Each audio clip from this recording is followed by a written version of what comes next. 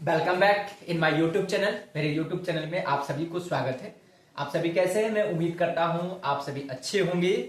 आज चलते हैं, फिर से पुनः स्टार्ट करते हैं टैक्सेशन।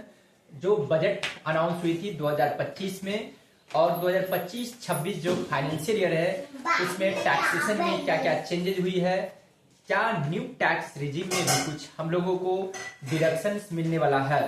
तो उन तमाम डिडक्शन पे आज हम लोग डिस्कशन करेंगे कि न्यू टैक्स रिजीम के अकॉर्डिंग कौन कौन सी ऐसी डिडक्शन है जो अलाउड होती है। तो चलते हैं न्यू डिडक्शन के पे फोकस करते हैं कि न्यू टैक्स रिजीम के अकॉर्डिंग ऐसी कौन कौन सी डिडक्शन है जो न्यू टैक्स में अलाउड है। तो आप देखेंगे कौन कौन सी है और उसके बाद फिर हम लोग स्लैब रेट पे जिक्र करेंगे कि स्लैब रेट में जो हमारे वित्त मंत्री को कहना है कि 12 लाख तक वाले टैक्स पेयर को टैक्स नील होती है, तो देखते हैं क्या उससे ज्यादा भी या उससे एभव इनकम वाले को भी क्या जीरो टैक्स बन सकती है। तो हाँ, ऐसा है यदि हम लोग डिडक्शन का बेनिफिट लेंगे तो सबसे पहले डिडक्शन का जिक्र करेंगे। तो देखिए सबसे पहले यहाँ पे डिडक्शन है SD स्टैंडर्ड डिडक्शन ऑफ ₹75,000। जो सैलरी पर्सन है उनको स्टैंडर्ड डिडक्शन 75,000 रुपया अब मिलेगा, क्योंकि पहले से क्या थी 50,000 तक अलाउड थी, अब हो गया 75,000। शायद आप लोगों को पता भी होगा, इसका सेक्शन आती है अंडर सेक्शन 61 के अकॉर्डिंग। ये सैलरी पर्सन के लिए ये स्टैंडर्ड डिडक्शन मिलती है कितना, 75,000 रुपया। ये लमसम है, इसमें कम बेसी नहीं होती है। दूसरा है ad hoc deduction at the rate of 30% on rent. यदि आप कोई रेंटल है, आप यदि रेंट पे रहते हो, सैलरी पर्सन हो, तो आपको अपना रेंट का 30% आपको डिडक्शन अलाउड होगा। ये भी बेनिफिट आपको मिलेगा। उसका फैमिली पेंशन है 25,000 और 1/3 ऑफ सैलरी, उन दोनों में जो लोअर है, इसलिए मैंने दिखा दिया 1/3 लोअर, मतलब रीचेबल लोअर। यदि सपोज दैट आपका सैलरी 1 लाख है बेसिक सैलरी और उसका 1/3 होता है 33,333 और 25,000, इन दोनों में जो छोटा होगा, पहले से था 15,000, यहाँ पे कुछ अमाउंट लिमिटेशन है वो बढ़ा है, तो ये मिलेगा आपको 25,000 तक फैमिली पेंशन। ये आता है आपको अंडर सेक्शन, ठीक है, फैमिली पेंशन जो होती है अंडर सेक्शन 80CG के अकॉर्डिंग आता है, 80CCD के अकॉर्डिंग, ठीक है। ये तो ये आता है अंडर 80CCD, ये तो पेंशनर है। फैमिली पेंशन का मतलब समझ रहे, जो कोई विडो वगैरह को मिलती है, अगर कोई डेथ कर जाती है तो पेंशन मिलती है, उसको बोला जाता है फैमिली पेंशन। हमेशा याद रखेंगे। एक होती है पेंशन, जो जब कोई एम्प्लॉय रिटायर कर जाती है तो उसको जो पेंशन मिलती है उसको बोला जाता है पेंशन। बट अगर रिटायर करने के बाद वो एम्प्लॉय डेथ कर जाता है तो उसकी पत्नी को जो पेंशन मिलती है उसको बोला जाता है फैमिली पेंशन, ठीक है। उस बात करते हैं interest on home loan rented property, ये अनलिमिटेड है। यदि आप कोई रेंटेड प्रॉपर्टी है आपका हाउस, उस पे यदि आप इंटरेस्ट ऑन लोन पेमेंट करते हो तो आपको यहाँ पे इसका भी डिडक्शन मिलेगा, ये 2 लाख रुपया तक। ये employer contribution in NPS under section 80CCD at the rate of 14% of salary. पहले से ये डिडक्शन मिलती थी 10%, उसमें भी ओल्ड टैक्स दिए, बट अब कुछ न्यू टैक्स रिजीम में भी कुछ डिडक्शन को शिफ्ट कर दिया गया। उस पर कहता है ट्रांसपोर्ट अलाउंस फॉर, अगर आप वर्किंग आवर में हो, ट्रांसपोर्ट अलाउंस ऑफिस के यूजेज के लिए। Expense incurred for travelling to work के लिए आप ट्रैवलिंग कर रहे हो, उस पर एक्सपेंडिचर करते हैं, वो आपको अलाउड होगी। Deposit in Agniveer corporation fund, यदि आप अग्निवीर के लिए कुछ कंट्रीब्यूशन देते हैं वो आपको डिडक्शन मिलेंगे।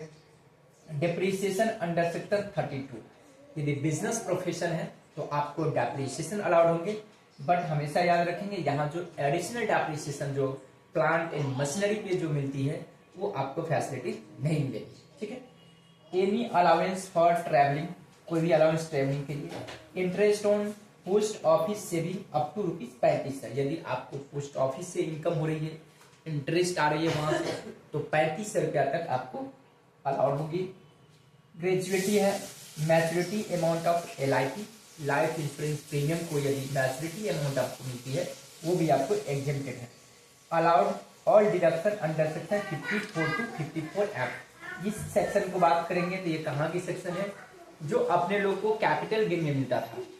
कैपिटल गेन में मिलने वाले जो भी डिडक्शन है यहाँ पे सबको सब अलाउ है, ठीक ना। 54 से लेकर के 54 एफ तक।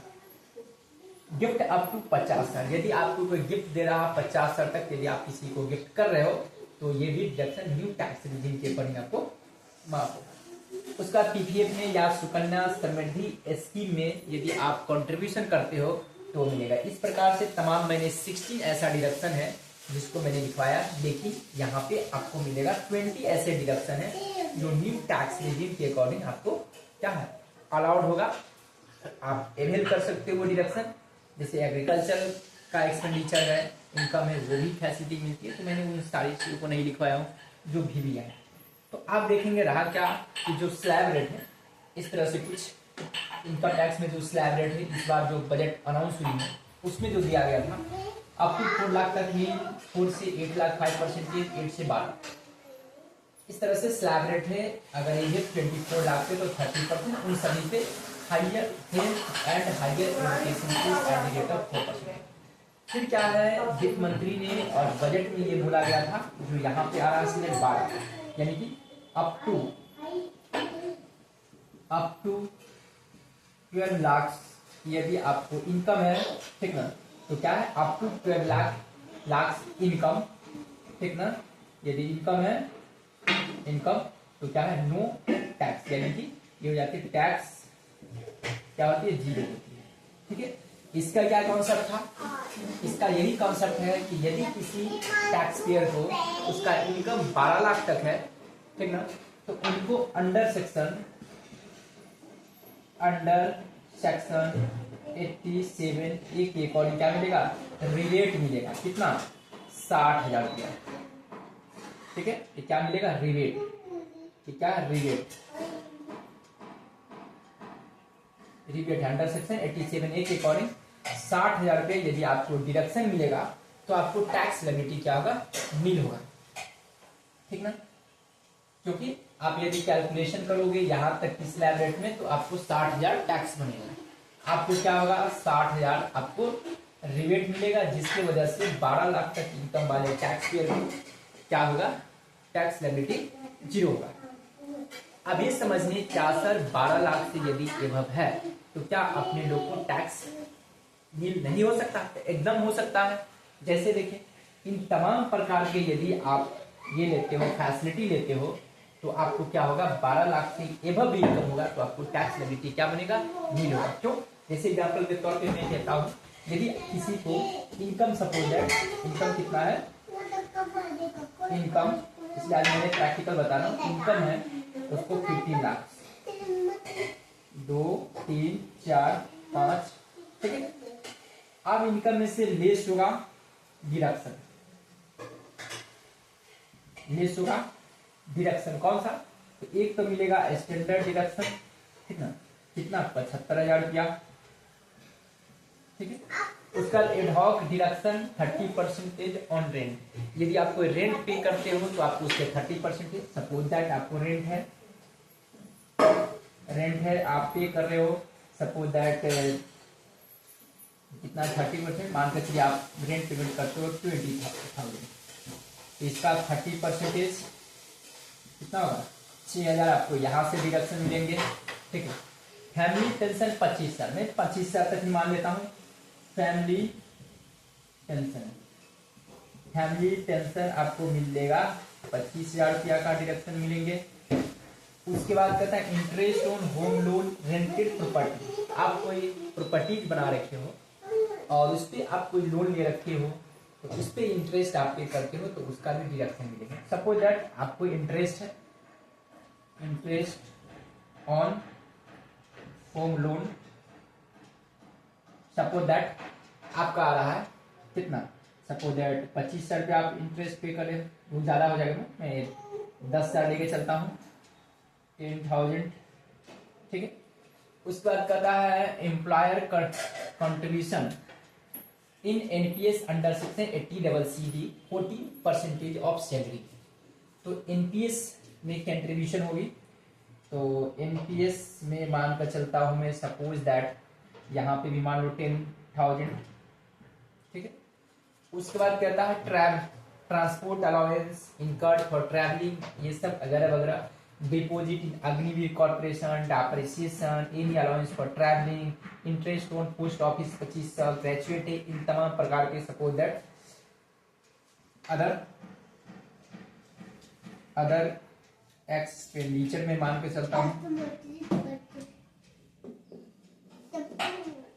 सपोज दैट मैं यहाँ पे 2 लाख रुपया मान लेता हूँ, 2, 3, 4, 5, इन तमाम चीजों को मैं जब इकट्ठा करूंगा कितना होगा, 25, 1 लाख, ठीक है, 1,20,000, 1,26,000।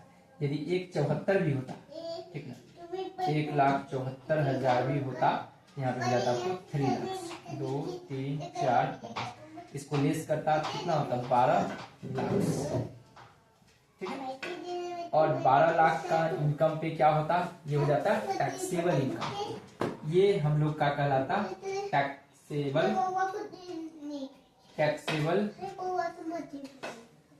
इनकम। तो जैसे 12 लाख यदि टैक्सेबल इनकम होता तो अपने लोग को क्या होता, टैक्स क्या बनता, 0 हो जाता, यानी इस पे क्या हो जाता, टैक्स ऑन 12 लाख, ठीक है, इज इक्वल टू क्या होता, 0 हो जाता। क्यों बनता, क्योंकि इस बार की बजट में ये है कि रिबेट मिलता है, कितना होता, रिबेट अंडर सेक्शन 87 ए के अकॉर्डिंग मिलता कितना, 60,000 रुपया, ठीक ना। इस 12 लाख के हम लोग कैलकुलेशन करेंगे तो हम लोग को इनकम बने, टैक्स बनेगा 60,000, और इस 60,000 में अपने लोग को रिबेट मिलेगा 60,000, तो अपने लोग को टैक्स लिबिलिटी क्या हो जाएगा, 0 होगा। तो इस तरह से हम लोग समझे, ये काफी मोस्ट इम्पोर्टेंट थिंग्स है जो हम सभी को जानकारी रखनी चाहिए। यदि हम लोग टैक्सेशन पढ़ते हैं या टैक्स का रिटर्न फाइल भरते हैं तो ये डिडक्शन की जानकारी होनी चाहिए, तभी हम लोग बेनिफिट ले सकते हैं। यदि 15 लाख तक का भी इनकम होगा तो वहां पे हम लोग टैक्स को नील रिटर्न फाइल भर सकते, बशर्ते कि ये सारा प्रकार के आपको डिडक्शन, इन्वेस्टमेंट, कंट्रीब्यूशन होनी चाहिए, ठीक है। Okay, bye bye, have a nice day.